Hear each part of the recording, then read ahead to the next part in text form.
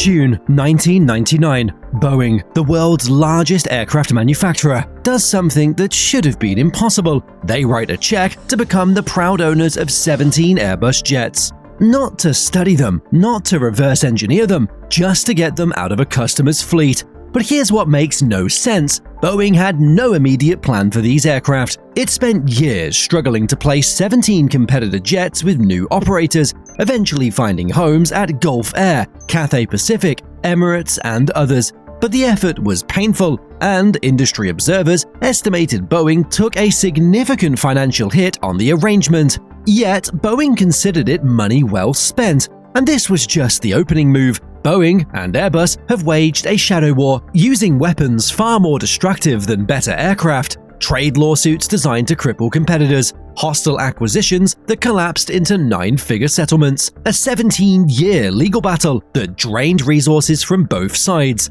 What started with 17 unwanted jets is the story of how Boeing and Airbus maintain a 90% duopoly in commercial aviation. The Singapore Airlines deal wasn't an aberration, it was a preview of what Boeing and Airbus would do to destroy each other over the next 3 decades. To understand why Boeing would accept 17 unwanted Airbus jets, we need to examine what was actually at stake in 1999. Singapore Airlines wasn't just any customer, it was the most prestigious flag carrier in Asia, an airline known for setting industry standards for service excellence. Whoever held Singapore Airlines loyalty would have enormous influence over fleet decisions across the entire Asia-Pacific region. Boeing was desperate to lock in the 777 as SIA's long-haul workhorse. The A340’s that Singapore Airlines wanted to dump weren't old or worn out. They were perfectly serviceable aircraft that simply didn't fit the airline's evolving strategy. And moments like that force a different kind of thinking. Because when the rules change, the winners aren't always the biggest players, they're the ones who adapt first. We're seeing the exact same thing happen right now with AI. That's why this video is partnered with Outskill, the first AI-focused educational platform built to accelerate practical AI learning for people like you and me. They're hosting a 2-day AI mastermind training live this Saturday and Sunday from 10 a.m. to 7 p.m. EST, and for the next 48 hours, you can join completely free. This 16-hour training has already helped build over 10 million AI-first professionals worldwide and is rated 4.9 out of 5 on Trustpilot. People from marketing, finance, operations, product, and engineering join because AI is no longer industry-specific. It's now essential across every role. You'll learn how to build AI agents that plan, write, execute, and report for you, automate workflows that run even while you sleep, connect tools like Sheets, Notion, CRMs, and email into profitable systems, and use AI to save hours every week and gain a real edge at work. Some attendees have even launched AI-powered services, bringing $3,000 to $4,000 per week by applying what they learn. You'll also unlock premium lifetime bonuses, including the AI Prompt Bible, AI Profit Roadmap, and a personalized AI Toolkit Builder, plus access to the 2026 AI Survival Hackbook when you attend both days. Seats are limited. Grab your free seat by using the link in the description or pinned comment. Now, back to the video. But their presence in Singapore's fleet represented Airbus's foothold in one of aviation's most coveted accounts. Boeing's calculus was brutally simple. It could refuse the A340 arrangement and risk losing the 777 order to Airbus entirely, or they could absorb the financial pain of taking on competitor aircraft to eliminate Airbus's presence and cement their relationship with Singapore Airlines for decades. It chose the pain. Boeing agreed to purchase all 17 A340-300s, tied directly to Singapore's commitment to the 777-200ER program. The strategy worked in terms of winning the order, but the cleanup was messy. For years, Boeing struggled to place these aircraft with new operators. The A340s weren't naturally compatible with typical Boeing customers' fleets. By 2003, Boeing was still working to find homes for the jets, eventually placing them with carriers including Gulf Air, Cathay Pacific, Emirates, Etihad Airways, and China Airlines. The willingness to absorb massive financial damage to block a competitor was a unique example. Neither manufacturer would simply compete on aircraft performance and price. They would weaponize trade law, acquire entire companies out from under each other, and engage in a subsidies battle that would consume 17 years. The Singapore A340 deal was merely one of those moves. To understand why Boeing and Airbus fight so viciously, we need to examine what's actually at stake in every major airline order. Commercial aviation operates on a principle called fleet commonality. Airlines don't just buy aircraft, they buy entire ecosystems around them. Pilots require specific type ratings that take weeks to obtain, with full conversion, including line training, extending longer. Maintenance crews need specialized training and tooling. Spare parts inventories must be established at every hub and outstation. Simulator facilities must be purchased or leased. Flight planning systems must be configured. The list extends to hundreds of items, each representing a significant investment. This ecosystem creates enormous switching costs. Once an airline commits to a manufacturer's aircraft family, moving to the competitor becomes extraordinarily expensive. An all-Boeing carrier switching to Airbus doesn't just buy new planes, it essentially rebuilds its entire operational infrastructure.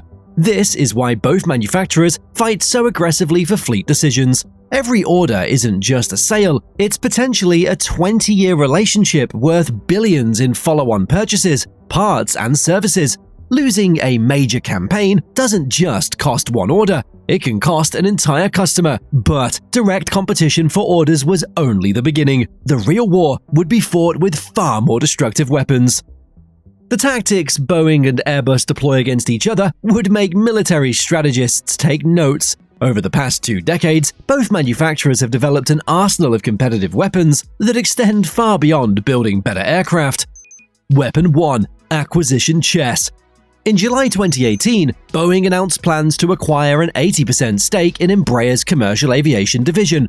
The Brazilian manufacturer produced regional jets that competed directly with the A220. If Boeing couldn't stop Airbus's new narrowbody, it would acquire its own. The deal valued Embraer's commercial operations at approximately $4.2 billion. Regulatory approvals were obtained, integration planning began. Both companies prepared for a combined future. Then, the pandemic arrived. In April 2020, Boeing terminated the entire agreement. They cited Embraer's failure to meet certain closing conditions, though observers noted Boeing's deteriorating financial position amid the 737 MAX groundings that made the acquisition increasingly difficult to justify. Embraer was furious. It argued Boeing had manufactured excuses to exit a deal they could no longer afford. What followed was years of arbitration, legal proceedings, and mutual recriminations. The resolution came in September 2024. Boeing agreed to pay Embraer $150 million to settle all claims arising from the collapsed partnership. Boeing had spent years pursuing a strategic countermove to Airbus, only to write a 9-figure check for nothing. The A220 continues flying for Delta, JetBlue, and other major carriers worldwide. Embraer remains independent. Boeing's position in the narrowbody market remains fundamentally unchanged. Weapon 2: Settling the clock. Sometimes, the most effective competitive weapon is simply moving first. On December 1, 2010, Airbus officially launched the A320neo program. The aircraft would incorporate new engines, delivering roughly 15% better fuel efficiency than existing narrowbodies at the time. For airlines operating thin margins across thousands of flights, this represented transformational economics. The launch put Boeing in an impossible position. Their 737 program was aging, but designating an entirely new aircraft would take a decade and tens of billions of dollars. They could re-engine the existing 737, but this would require expensive certification work and might not match the A320neo's performance. American Airlines forced Boeing's hand, and as the plane maker debated its next move, the airline ordered what it called the evolution of the 737 next generation. The decision to adapt an existing airframe rather than design a new aircraft would have consequences neither company could have anticipated. But in the short term, Airbus's gambit worked perfectly, but American Airlines announced what the carrier called the largest aircraft order in aviation history. This included Airbus narrowbodies. a total of 460 narrow-body jets from both Boeing and Airbus. The order broke decades of Boeing 737 exclusivity at American Airlines. Airbus had forced Boeing into a reactive position, and American hedged its bets by ordering from both manufacturers. Airbus's willingness to move first had cracked open one of Boeing's most loyal accounts. Weapon 3. The Subsidies War. The longest-running battle between Boeing and Airbus never involved a single aircraft order. It was a 17-year legal war over government subsidies that consumed both companies and their respective governments. The dispute began in 2004 when the United States filed a complaint with the World Trade Organization, arguing that European governments had provided illegal subsidies to Airbus. The European Union immediately counterfiled, claiming Boeing received comparable benefits through defense contracts, tax incentives, and research arrangements. What followed was the most complex trade litigation in WTO history. Panels convened, appeals were filed, rulings were issued, challenged and revised. Both sides claimed victory at various stages, while simultaneously being found in violation of trade rules. The case dragged on through multiple US administrations and European Commission leaderships. Trade representatives on both sides became experts in aerospace economics. Neither company could use the dispute to gain meaningful advantage. Both were found to have received improper government support. Both were authorized to impose retaliatory tariffs. The result was a complex web of trade restrictions that hurt suppliers, airlines, and consumers without delivering a decisive victory to either manufacturer. Finally, in June 2021, under the Biden administration, the United States and European Union agreed to a truce. Both sides suspended retaliatory tariffs for 5 years and committed to ongoing consultations and cooperation. After 17 years, the parties had achieved a framework for coexistence rather than a clear winner. Weapon 4. Supply chain control. The most recent front in the Boeing-Airbus war involves something neither company directly manufactures, not even a war, a negotiation over who controls critical suppliers. Spirit AeroSystems represents one of aviation's most unusual corporate stories. Boeing spun off the fuselage manufacturer in 2005, believing it could raise cash and reduce costs by creating an independent supplier. For years, the arrangement worked reasonably well.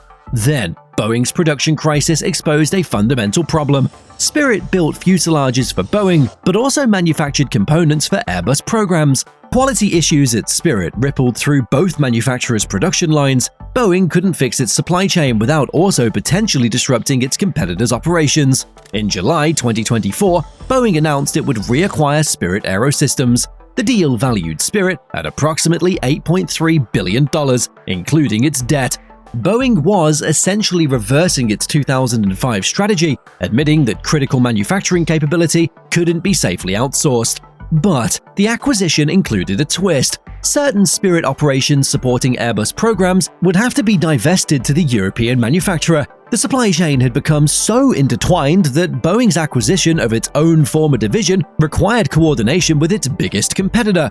Boeing closed the Spirit acquisition in December 2025. The transaction represents the largest realignment of aviation's industrial base in decades. The story of Boeing buying 17 Airbus jets in 1999 was just one piece of the duopoly's puzzle. Over decades, both manufacturers have deployed every available weapon, from trade law to corporate acquisitions to political influence, in their fight for market dominance. Some tactics have worked brilliantly. Airbus's acquisition of the C-Series transformed a competitor's product into its own, expanded its narrow-body lineup, and humiliated Boeing in the process. Others have failed spectacularly. Boeing's Embraer partnership collapsed into a $150 million settlement with nothing to show for years of effort. The subsidies war consumed 17 years and ended with a negotiation truce rather than a decisive victory for either side. But here's what the Singapore A340 deal ultimately revealed. In the battle between Boeing and Airbus, both companies will accept extraordinary costs to deny their competitor even a foothold. Boeing didn't need those 17 aircraft. It bought them anyway because leaving them with Singapore Airlines meant leaving Airbus embedded in a critical account. This willingness to absorb damage, to fight on every possible front, to use every available weapon, regardless of cost, defines the modern aerospace industry. Neither manufacturer will cede ground voluntarily, neither will allow competitive threats to go unanswered. The duopoly that controls 90% of commercial aviation didn't emerge from building better aircraft alone. It was forged through decades of corporate warfare, where the currency wasn't just dollars and technology, but strategic aggression, political influence, and an absolute refusal to let the other side win. But if history offers any lessons, it's this: underestimate Boeing or Airbus at your peril. Both have demonstrated they'll do whatever it takes, absorb whatever loss is necessary, deploy whatever tactics available to maintain their position.